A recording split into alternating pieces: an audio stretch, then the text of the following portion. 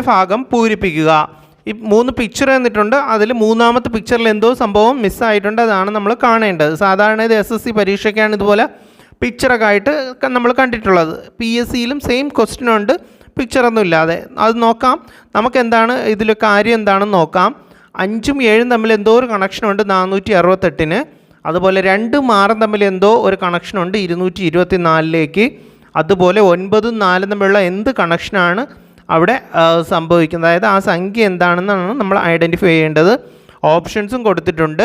822, 793, 804, 901. അപ്പോൾ 9ഉം 4ഉം തമ്മിലുള്ള കണക്ഷൻ കണ്ടുപിടിക്കാൻ നമ്മൾ ആദ്യം തന്നിരിക്കുന്ന ഓപ്ഷനിൽ എന്താണ് റിലേഷൻ എന്ന് നോക്കാം. 5ഉം 7ഉം തമ്മിൽ എന്തോ ഒരു കണക്ഷൻ 468-ലുണ്ട്. അപ്പോൾ നമ്മൾ ആദ്യം ഈ 5-ൻ്റെയൊക്കെ സ്ക്വയർ നോക്കാം, ക്യൂബ് നോക്കാം. ശരിക്കും പറഞ്ഞാൽ ആൻസർ എന്ന് പറഞ്ഞാൽ ക്യൂബാണ് നോക്കേണ്ടത്. അതായത്